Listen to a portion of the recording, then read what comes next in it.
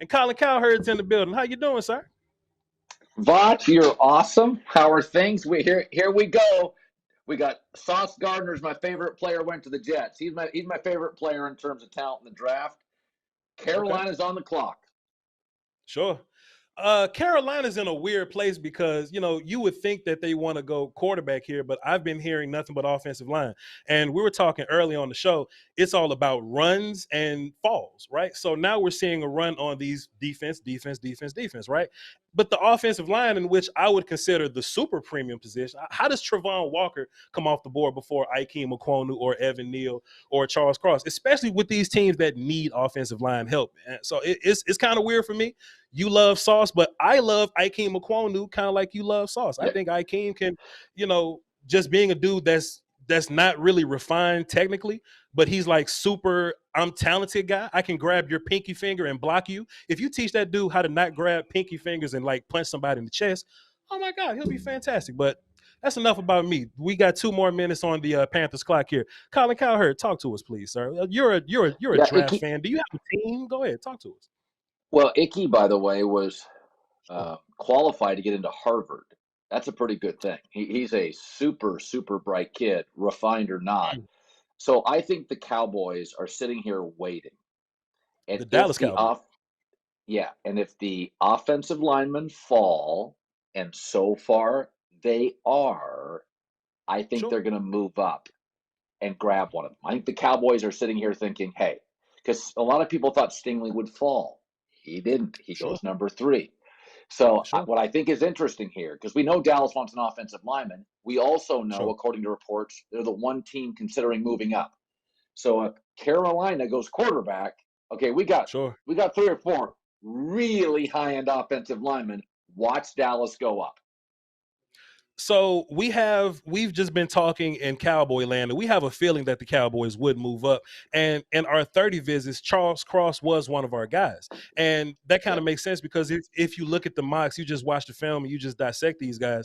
Charles Cross is the one that we see fall in the teens sometimes. We never see Ikem fall in the teens. We never see Evan Neal get past 10. So in my mind, if we were to look for a guy, it would be Charles Cross. But if Ikem Ekwonu wants to make it to 12, we can dance. We can dance for sure. Ike is going to Carolina. Ike is now going to Carolina. So arguably the best offensive lineman is now off the board to the Carolina Panthers. I thought Malik Willis was a possibility, but you know what they may be saying? Let's get the O-line right for the quarterback who we draft next year. So I think what's going on with quarterback is super interesting, right? Because I think I don't want to say lack of talent to make these guys seem like they're bad because they all throw passes better than me. But I think the fact that there are no Trevor Lawrence type guys, I think that's going to make guys fall in the draft. So if you're super talented, you're stuck with the Jags. But if I'm Malik Willis and I just fall to the Saints, or I fall to, Pittsburgh or something like that, I fall into a team that has a relatively good organization set up. And this year of guys may be more productive than last year of guys because, hey, if I get to walk into Seattle and I got a DK Metcalf to throw to, let's boogie, right? Yeah, what's interesting this year, because we don't have a lot of stars. In fact, the first 4 guys taken were defensive guys in what's becoming a very offensive league, is that I think this year fit will be really important. A lot of times people overlook fit in a star-studded draft. But in a draft where you feel like there's a lot of B-plus guys, do you fit the coaching staff? Do you fit the system? So what I'm really interested in all these picks so far is I'm like Detroit, I think with Aiden Hutchinson is perfect. He wanted to play there. He's from Michigan. They've really got some nice offensive pieces. He's a perfect fit. The Jets, Sauce Gardner. I mean, that tells you they're going to go with Mikael Becton left tackle. They're going to roll with it, even though he has weight issues. In their division, Buffalo and Miami upgraded massively at wide receiver. So the Jets are saying, we got our defensive coach. We're going to get an elite corner. We got to put somebody on Tyreek. To me, when you don't have great players in the draft, what you hope for is great fits. And so far, like Carolina's telling you, we'll probably draft a quarterback next year. But we're going to get left tackle. We're getting that all figured out. Well, the best part about this is sometimes these teams, like these players draft themselves, right? So like if you're sitting, hey, Kayvon Thibodeau's just falling into our lap, we got to take him, right? So if you're a team that's sitting at 12, 13, 14, and you don't draft well because some of these teams draft worse than others, then you really got to hit on those guys. What I think the biggest difference is with this year is there's no, like you said, there's no Jamar this year. There's no Micah Parsons. So these guys are drafting in the top 10 like, hey, where's our Kyle Pitts? But something in this draft in particular, from picks 13 till I'll say about 45, I think that's where the best players are going to be because position value drive guys down the board. So, we don't value center. But if Tyler Linderbaum's the best center, you don't miss love if it. you take that. Or, I Kenyon Green, Nakobe Dean. The best defensive player in the SEC is falling in the draft, right? Because position value. So if I'm one of these teams, I need a one tech. One techs aren't valuable, but I just somehow get Jordan Davis. You're talking about Cowboys getting one of these offensive linemen. If we get Jordan Davis, I'm going to jail, Colin Cowherd. I'm going to go to some restaurant and take my shirt off and twist it around my head like a helicopter in celebration and jubilation if Jordan Davis ends up to my Dallas Cowboys. So let's hope for that, for content and for the Cowboys' sake. But I just think that the teams in the middle of this draft, in the 20s, I think they're going to have the best players, so to speak, because you're not overthinking this. Jermaine Johnson will be drafted before Nakobe Dean, and that's weird to me. Well, a team I think is really interesting. So far, historically, I was reading an article today in the New York Times about how in the last 20 years, the first round pick in the top 20 that's viewed as a reach is almost always a failure. Anthony Barr, Vikings out of UCLA is a rare exception. So far, none of these guys are reaches. Malik Willis, for a lot of people, feels a little bit like a reach if he goes top 10, 12. If Malik Willis doesn't go in the next 3 or 4 picks, Pittsburgh's really interesting. They don't have a lot of needs. Front seven, great. They got their back, their tight end, their receivers. They drafted 2 offensive linemen. To your point, I think the smart team, I don't think a lot of people are going to move up. Dallas may. Sure. I'm really interested. The team that fascinates me, the Packers, late first round, have 2 picks, but 4 of the 5 teams above them need receivers. And the second thing is the Steelers. Steelers do not need anything other than the next star quarterback. They have a Super Bowl roster. Sure. How long before they sit there and go, okay, we didn't think we'd get Malik. Okay. Do they wait till 10, 11, 12? That roster, Voch, there are not a lot of needs, man. Once they got Mink on the back end, I got a rusher, I got a corner, I got a safety, I got my back. If Malik Willis, to me, Trubisky gives you about a year to be competitive. So the next 3 or 4 picks, if Malik Willis doesn't go, watch. If I'm Pittsburgh, I'm gonna have a hard time not moving up. So Pittsburgh is a team that doesn't normally do a bunch of moving around. But if it's for a quarterback, that may change.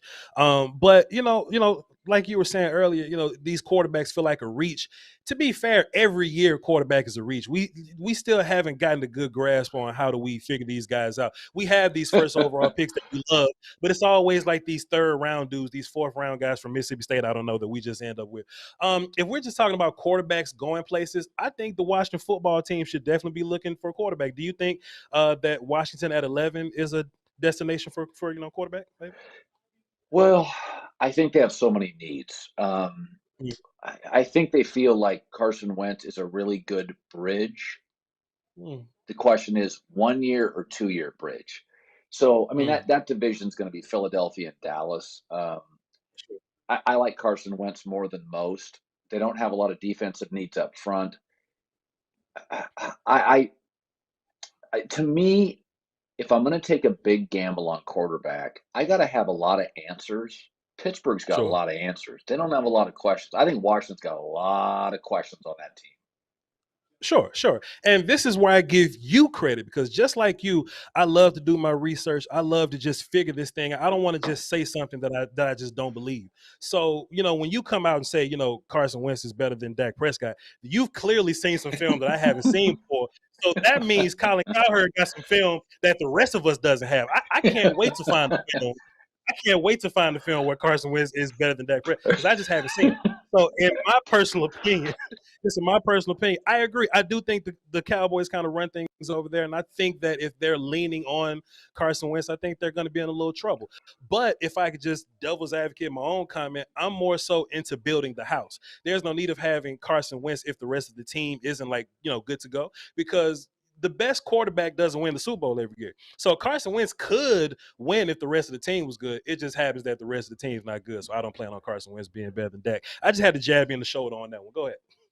No. Listen, Carson Wentz is big, strong, mobile, great arm. His intangibles stink. He doesn't connect with players. He's bad in the locker room. He just erodes in crisis. Whereas Dak has remarkable intangibles. He's an alpha. Players love him. He's coachable. He's a communicator. He's verbal. Dak is exactly all the intangibles. Dak's an A+. Don't love his arm. I think he's a good athlete. I think Carson's the classic example of if you gave me Carson's size and you gave me Dak's intangibles, I'd be like, okay, that's it. So that's why, and I'll be honest with you, I like Carson Wentz more than everybody else, but I thought those last two games, I thought it was a disaster. Okay, the Giants have taken Evan Neal, the mountainous left tackle from Alabama, Voch. Sure. So, now we have this run. We're talking about runs, we're talking about falls. Now there's this run on these tackles, and it's really like a flavor of ice cream type of deal. It's not really a guy that you would say is better than some other guy, but Ikem Ekwonu is the guy that has the physical traits that needs technique.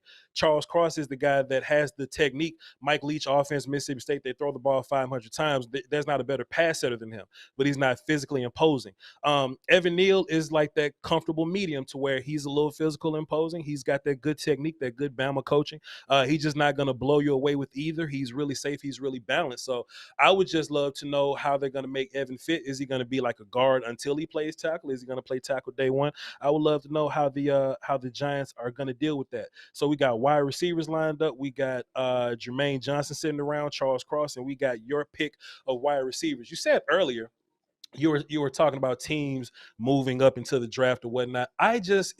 Something just in my ears just telling me, I think that the Kansas City Chiefs, I mean, we've been hearing about it, right? We've been hearing about the Kansas City Chiefs possibly wanting to move up, and they lose a guy like Tyreek Hill. Explosive. The only guy that's in this draft, not only, but the guy that's similar to Tyreek in this draft is Jameson Williams. And I think they're looking around that 12 spot. So I just want to keep eyes on that since we're talking about trading up. Do you think the Falcons should go quarterback, or would you like for them to build the house? No, I talked about this on my show this week. They got a home run at tight end last year. Calvin Ridley returns in 2 years off the suspension. I would go receiver because Atlanta is clearly going to be a top 5 pick next year, top 5 or 6. They're going to go get a quarterback, get the house built, and then bring him in. And I think that's what Carolina said by getting Ike, the offensive lineman. Listen, we're going to get that left tackle set. I think Carolina's going to go heavy on the offense in the draft. I think Atlanta's going to go fairly heavy on the offensive side and say, okay, we're going to bring that kid in, and he's going to get Calvin Ridley and Pitts and a couple wide receivers. So you don't want – what you don't want is to bring a kid in, have to start him, and he's got nothing to work with. So to me, Carolina, Atlanta feel that would be my play, Voch. Get him some weapons. Get them in the league for a year, know what they can do. Next year, go get the quarterback. So I do agree that they should be going wide receiver here, right? But I have this thing that I always say on my show, Colin, is teams suck at drafting. And Atlanta's one of these teams. They do a lot of weird stuff day one. They do a lot of stuff in the whole draft, honestly. So in real life, Garrett Wilson would be a guy that fits here. Wide receiver from Ohio State. They have a Kyle Pitts kind of guy. Tight end, wide receiver deuce. You would want somebody to complement him. If you're going to get somebody to complement him or a young quarterback coming in next year, get a route runner. Get a guy with some yak stuff. Get a guy that's going to make it easy for you. I think Garrett Wilson is one of those guys, some of the greatest ball skills in the draft. In my personal opinion, that should be the pick. But boy, This is the Falcons. So something's just telling me Jermaine Johnson could be going here. A running back could be going here. A punter. I don't know. I just want to be funny with the Falcons right now. I hope they prove me wrong and they just do the right thing and just get the best receiver and just build that house. But you never know with these guys. You just have no clue. I agree with you. I would go Garrett Wilson. He got better every year at Ohio State. So he takes to coaching. He works hard. I think he's a one in the league. He feels like a one to me. So I think that's where I would go. So I have Pitts, him. In fact, I wouldn't be surprised because they lost Russell Gage to Tampa. I wouldn't be surprised if they go receiver in the third and fourth round.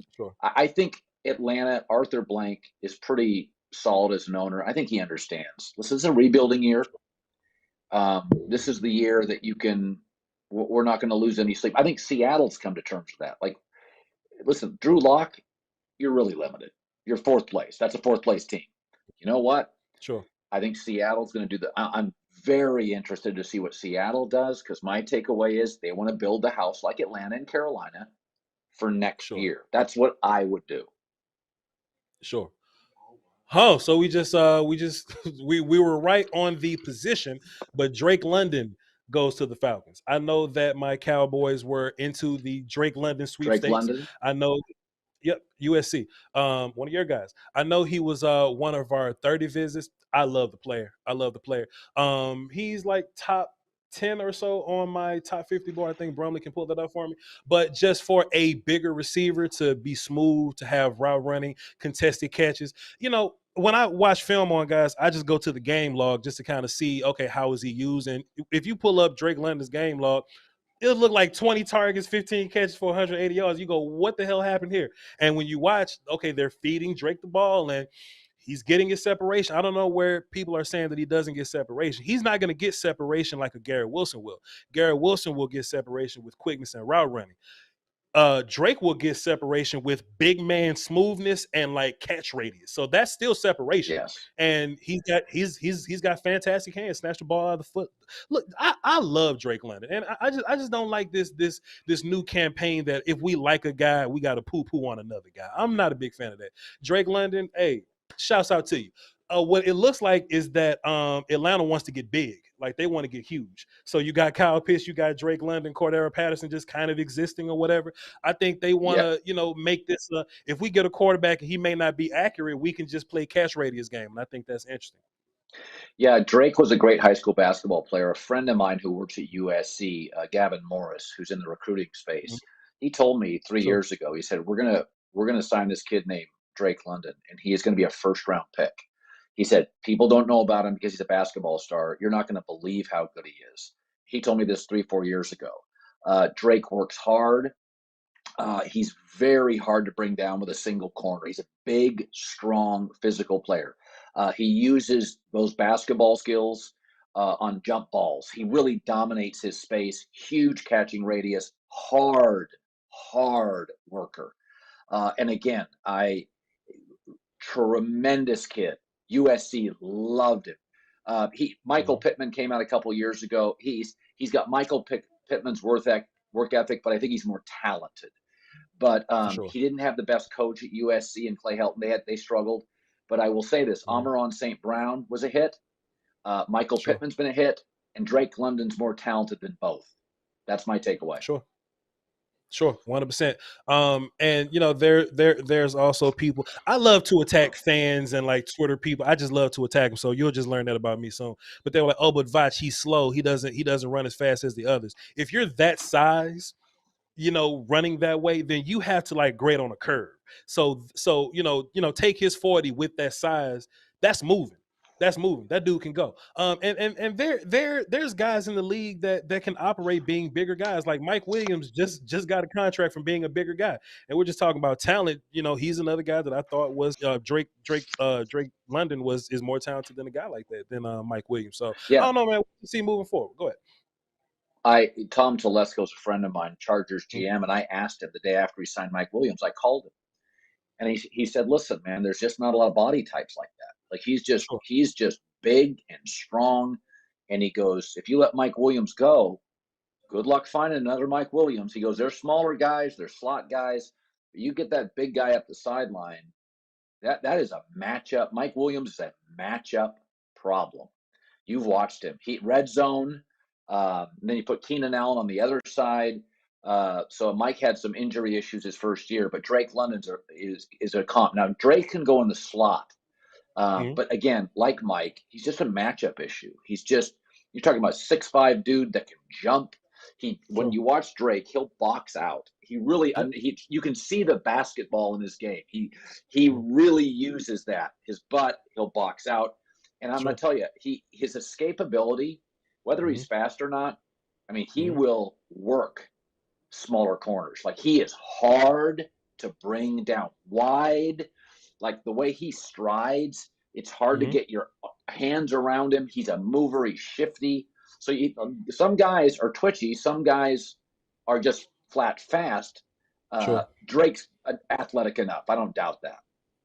Sure, and just watching film on him, you could see USC kind of use him in that way. They didn't just only ask him to just jump ball people. Like, he's doing jet sweeps, he's catching screens, bubbles and hitches and all those things like that. So he's getting these shorter routes and turning it into bigger things. So I just think as long as you just try not to get too cute or whatnot, and just let him do what he's good at, and he'll be fine. So we were just talking about the Falcons building the house. I think this is a good build the house move. It actually crossed my mind to actually go, okay, well, if the Falcons are at the top of the second round, do they go quarterback there? No, I think they got enough pieces on offense to make it serviceable. Then, let's go defense the rest of this draft, and we'll just make this an arms race for the top of the next draft, and we'll just cross that road whenever we get there. All right, and we're looking Seattle. Now Seattle. Seattle is a team that they have a solid house built already. Like, their house isn't like Super Bowl house, but if you're like a new rookie quarterback and you walk in, hey, I got a DK Metcalf and a Tyler Lockett, and we got this run game going with 3 running backs that I feel good about, and oh boy, this defense played well when down the stretch or whatnot. I think this is a really good place for a quarterback right here. Now, I don't know if it's going to be Pickett or Willis or Corral, or if they even go quarterback at all. They could go Jermaine Johnson right here and just move on with their life. But I think this would be a fantastic place for the first quarterback to go. Plus, as a Cowboys fan, I need quarterbacks to come off the board so that good players can just fall to my team. I just need everything I don't need. So quarterbacks, running backs, get all these, just let them fall down the list. Linebackers, let them go so that I can get Jordan Davis on my squad. So let's see, the pick is in. Let's figure this out. See if we get a quarterback to Seattle. Okay, they're gonna hold us up a little bit. They're interviewing some dude in Vegas. Okay, that's clearly more important. So what do you think about the whole Russell Wilson trade to Denver? Like what was your take on that? Like, was that weird for you? I talked to Greg Olson. He was in the locker room in Seattle for a year, and he just said, the offense felt outdated. It felt like run, pass, and Russell Wilson wanted more of a say. Russell got tired of it. Seattle has not drafted particularly well for 5 or 6 years. They just didn't have the talent. The division's excellent. And so Russell and I are pretty close, and Russell told me he was very frustrated. He loves Seattle. But, Pete Carroll, in my opinion, has gotten increasingly more power since the death of Paul Allen, the owner. He's got a lot of influence, and I don't like Belichick, Pete Carroll. I don't like my coaches running the draft. I think it's way too hard. And last year, Belichick finally acknowledged, he kind of stepped back and gave the scouting department the draft again. And they had 3. Christian Barrymore was big. Mac Jones was solid. And they got the running back out of Oklahoma. So my concern with Seattle, is Pete Carroll running this thing, or is John Snyder? I'm from Seattle. I just don't like what they've done in the draft. They've had several first-round misses, Rashad Penny, LJ Collier. So they could do anything here. They're a 4th place team in this division. They are a 4th place team. If Trey Lance can play, they may lose this division by 5 or 6 games. Here we go. Seattle is picked. So just something that just makes me laugh here, right? No, Seattle picked Charles Cross. Seattle Charles Cross. Mississippi State. Something so hilarious that when Russell Wilson was your quarterback and he was crying for you guys to just draft offensive line, can y'all please protect me? Can y'all please just keep me upright? I beg of you. And then as soon as Russell Wilson leaves, we want to invest in the offensive line. I think that's strange, but it goes into team building. It goes into building this house. So, yeah, go ahead. Yeah, Dwayne Brown did not have a great year. He's expensive. Their tackles are pretty expensive. So Charles, you can now Seattle could maybe feel like Charles backs up Dwayne for a year. They move off Dwayne, who's mid-30s. I like the pick actually. I think he's the last outside of the center from. There's like 2 offensive tackles I like, and then there's a center from Iowa. But Charles Cross to me is a really solid starter. If you could play him behind Dwayne Brown for a year, or do you trade Dwayne Brown? If you bring him into camp and you like Charles Cross, you can move Dwayne Brown.